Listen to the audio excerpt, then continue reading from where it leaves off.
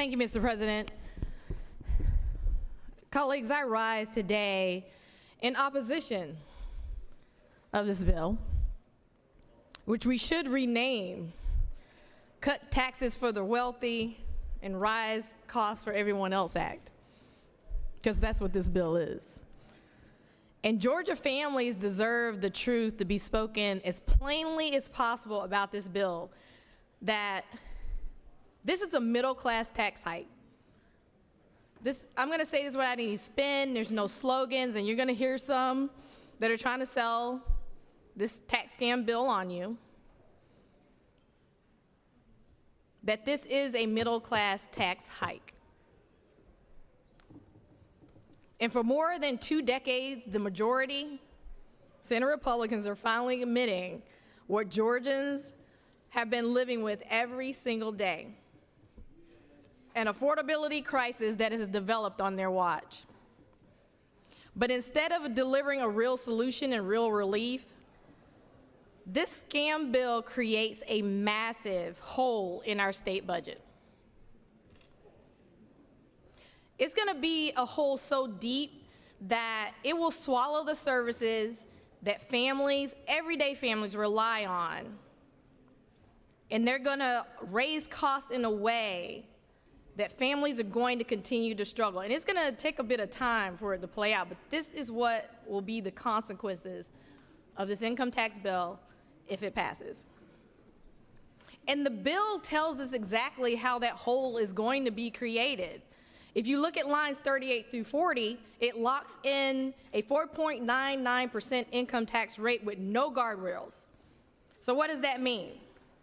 It permanently removes the revenue-based triggers that protect Georgia during downturns, and we do have downturns.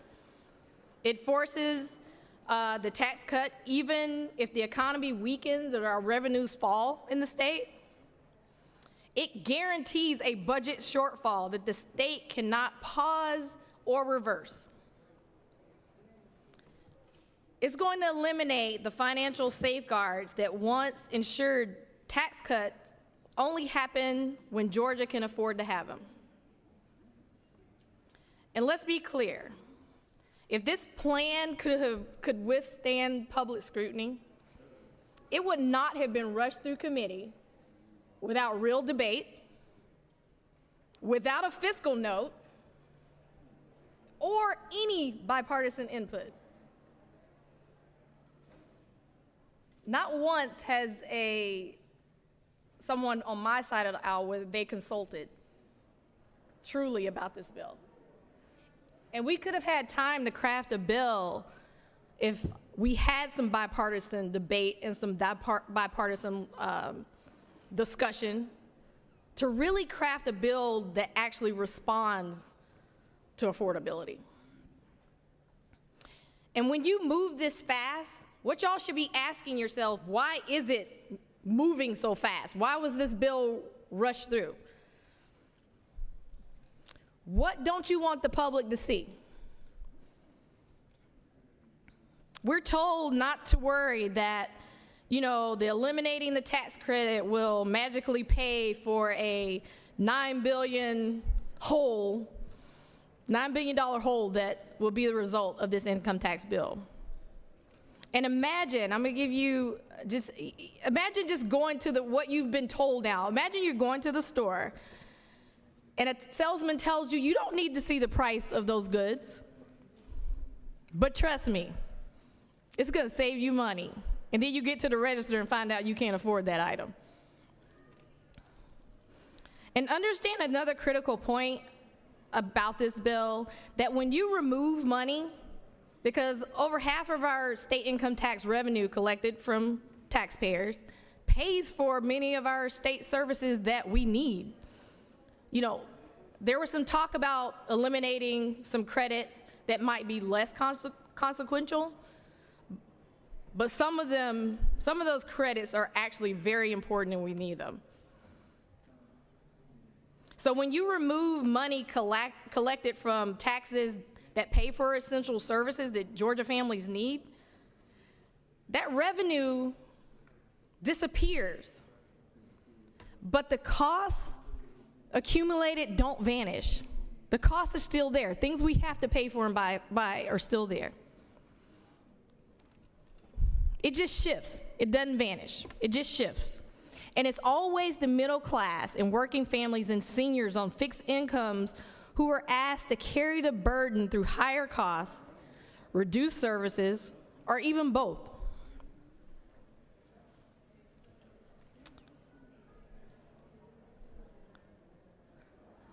But let's talk about what this bill does do. This bill wipes out nearly every tax credit that keeps Georgia's economy running. Affordable housing credits, gutted. Rural hospital credits, gutted. Child care credits, gone. Veterans and law enforcement credits, gone. Port activity credits, gone. Research and innovation credits, gone. And support for rural hospitals at a time when we're in a healthcare crisis. Support for rural hospitals and doctors, gone. For 23 years, we've watched policies that prioritize the wealthy while hardworking Georgians continue to fall behind. And now, after decades of ignoring an affordability crisis, we're told that this bill is the solution. I am here to tell you it is most definitely not. And this is the truth in one sentence, or a few sentences. This bill cuts taxes for the wealthy, blows a hole in our budget, forces higher sales taxes, kills jobs, worsens the housing crisis that we have now, and rises the cost of living for middle-class families, seniors, and small businesses. This is what this bill does if it passes today. And Republicans are going to keep claiming that these sales taxes won't increase because of this bill. And that sounds comforting. It's a lie. But when you remove almost $9 billion from a budget, and you're only talking about recovering half of it, the math doesn't care about politics. The math is not adding up. Where are we going to fill the gap?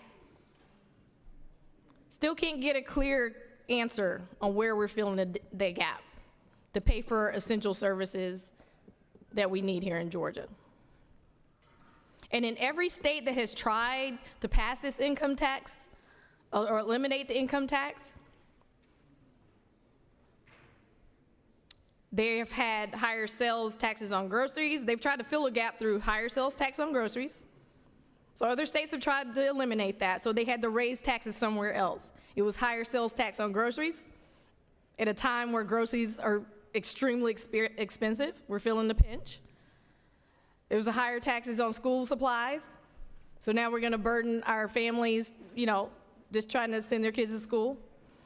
Higher taxes on prescription drugs at a time when our elderly already cannot afford the rising cost of prescription drugs. And rising costs and rising the taxes on just everyday essentials. That's how Republicans are proposing we're going to fill the gap. So let's be honest with the people that we serve here today. This bill is not about affordability, it's about austerity. It's not about a relief, it's a risk. It doesn't even have a fiscal note. $9 billion and no fiscal note. That would dramatically change the economy in the state of Georgia. We passed a bill, that bill ran through in 24 hours, a bill that will fundamentally change the economy in the state of Georgia. And I would say it will devastate our economy. It's not a plan for working families. It's a plan working families will pay for. Republicans can't continue to claim that they're fighting for working families while advancing policies that working families pay for.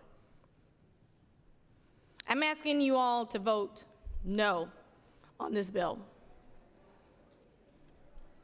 It would be nice if we could pull it from the floor right now and actually come to the table and have a real discussion and put forth a real bipartisan plan that actually responds to Georgians and will save them money. But this bill isn't it. And with that, Mr. President, I yield the will.